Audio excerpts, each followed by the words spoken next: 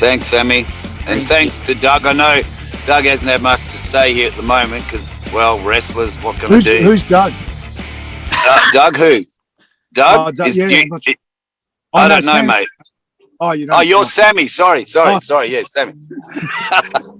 We love you, Doug. You know.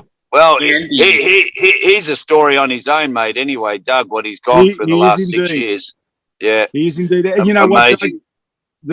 Your story is absolutely amazing, and the fact that you're willing to talk about it, the fact that you're willing to share it with people, is just phenomenal. It's a life lesson. It's a life lesson. I wish there was a lot more people like you who weren't willing to sit back and just get out and do what needs to be done. Mm-hmm.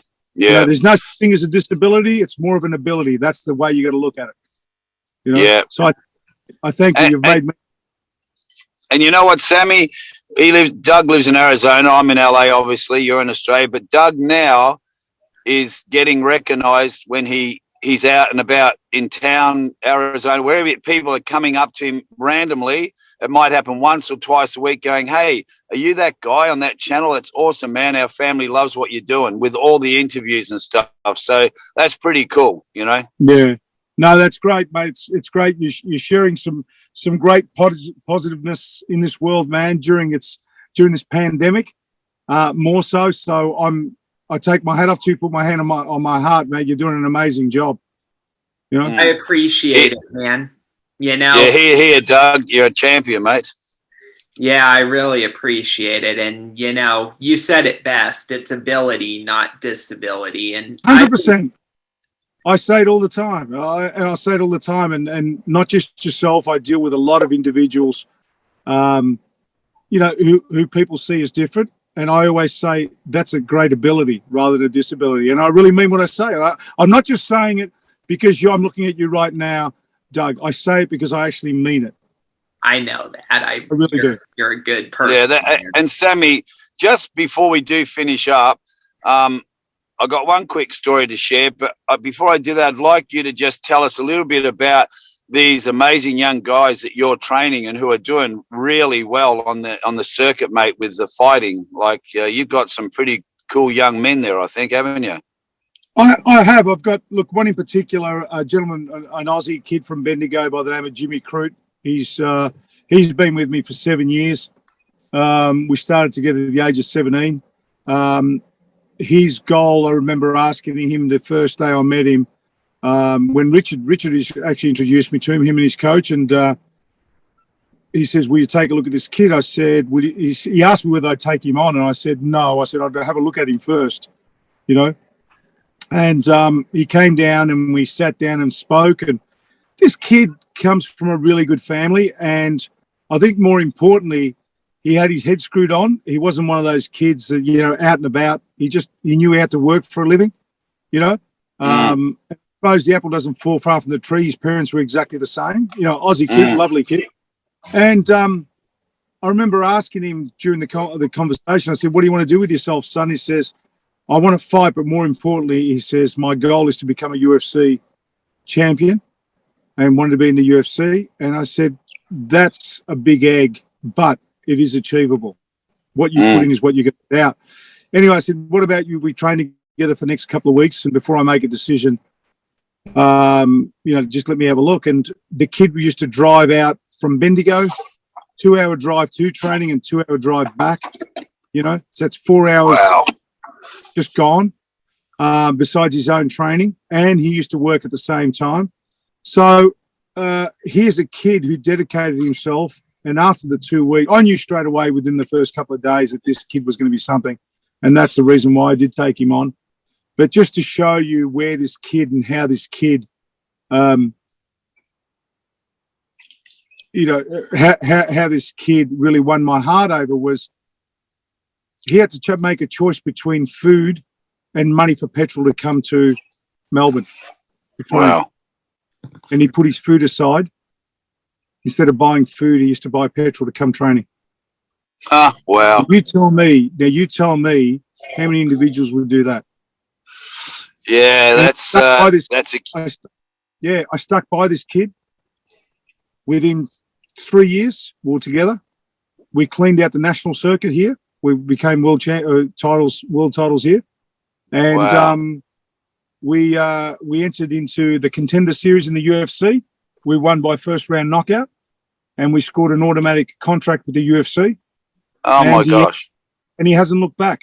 And he's only one of my top guys. I've got a lot of other guys coming in, but you know, you just asked me about athletes, but I think what's more important too, that besides my athletes, I've got just the general population. I've got people coming to me with different things, like people that are lacking self-belief, people that don't have mentors, people that have mental strength but don't have the physical capabilities, and vice versa for those that have the physical strengths but don't have the mental capacity to hold on. So I do a lot of other things, and I talk about it with my fighters and the general public, people that come to me every single day. So I'm quite diverse in that field, and I don't just rate just my fighters. Everyone's a fighter in life. Every single one of us is a fighter in life, irrespective of whether you do the sport or you don't. Yeah, we're all fighting a battle that you and I probably don't know about. Yeah. Yep. Yeah. So true, Sammy. That's why I take everyone opinion with open arms. I listen to people. I give them an opportunity to discuss and better themselves. For me, it's about people bettering themselves, and being the best version of themselves they possibly can today rather than yesterday. So yeah. And you know what? Something you just said, Sam, that's really awesome, and which related to myself is what I've discovered personally, from my own view anyway, is sometimes the dream that you want is right there in front of you. It's there, but sometimes you just can't see it because you've got too much crap going on here. When you can get rid of that, all of a sudden things start popping in. And I'll share something with you, Sammy, and I'll share it on here to people. When we were on Wentworth together, which was the amazing part about that was I texted you 2 days before and said, hey, I'm in Australia, let's catch up. And you went, yeah. And next thing I go in the green room and you're sitting there on the set. And I went, well, that was quick. Right. And we're meeting. But you said one thing to me, and I've shared this on a lot of my talks and that. Yeah, temper, anger, wasn't dealing with this young kid, broken relationships. And I just happened to mention something to you that I was going through another relationship breakdown. And you said to me, Andy, hang on a minute. And I'm happy to say this. You went, you keep going, yeah, but you're still got the same problem. Everything I've said to you, you've agreed with me, but you're actually not taking that action. Well, I tell you, Sammy, I don't know how long ago that was, but 3 days ago, I'm in a relationship with a Christian woman now that I met. I've known for 4 years, had no idea we had this, and now we are basically in an early stage of a relationship, and we're so related on the same path. But it happened because I got rid of whatever's in front of me. I got rid of it. And all of a sudden, everything starts changing. Things come to you that have been sitting there, works better, finances better, acting's better, relationships. So I just want to share that with you. From that conversation we had, I started taking the action and stopped going, yeah. Yeah, look, it's very easy to get caught up in that. I remember the conversation with you, and may I share the fact, you talk about, stuff that's cluttered in front of you. Stuff that's cluttered in front of you creates a blur. And sometimes when you've got a blur and your vision is impaired, you need to step back. And what happens when you step back, those so-called blinkers come off from all that pressure and everything starts to open up. So you start getting this peripheral vision, right? As opposed to narrow vision. And you can make better choices and better decisions stepping back than what you can in front of you. No one, as much as I'd like to say, people create these problems. Yeah, you're probably right. But on the same token, I think we are our worst enemies at times. Yep. And yeah. I think I said to you, one of the key factors is understanding who you are.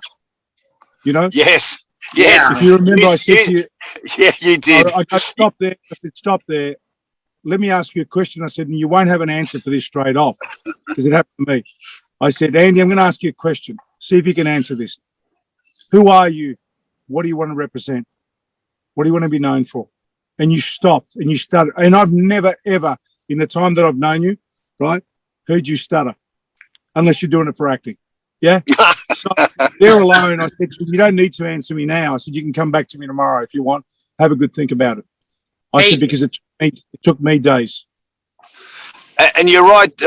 I went home and I had to really think about that because I actually didn't know who I was, and I didn't know what I wanted to be, and I didn't know what I wanted to stand for. And yeah, that question just stopped me in my tracks. You know, so stopped me in my tracks. The fact that you don't know that, how are you supposed to move forward?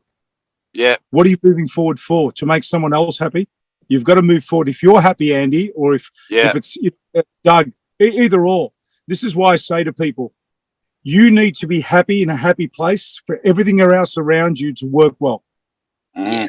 You can't profess this to someone and say, hey, look, be happy. Meanwhile, you're totally the opposite. It's hypocritical what you're doing. So in your scenario, I heard you, you know, I was very fortunate that you actually spoke out. You were very open. But most importantly, that's when you got the best out of me. The fact that you were open and you weren't lying. And that's why I pulled you up and did say to you, hey, stop there. Stop. I need to ask you something. Yeah. So that was really good for me. I'm so glad we had that conversation. And you know, you're not the only. It's amazing, Sammy. Yeah. And you know that what you taught, what I got from you, and those years that have gone by, has now helped me with other people I've coached and mentored. And Doug's a perfect example. Not because of what I did, because he got what I was saying to him, but he took charge of that. He took it all. I didn't. People go, God, it's so amazing, Andy, what you've done with him. I said, yes, I get that, but I've just said, hey, Doug, what about this? What are you going to do? And he took it on. Not once is this. If this guy was trained to be a fighter, he would be a champion. Absolutely no doubt, because he gets up every single time. Every single time. I appreciate that. I do my best. Hey, Andy, just a question now that you brought that stuff up. Can I be your best man? Oh, he's a well, I think that's about time. We've run out of time. Yeah. All right. Hey, thanks, Sammy. Been really good chatting to you, mate. Thank you very much. God bless you, thanks, guys. Doug. Take care. You too, mate. Take care. See you, Sammy.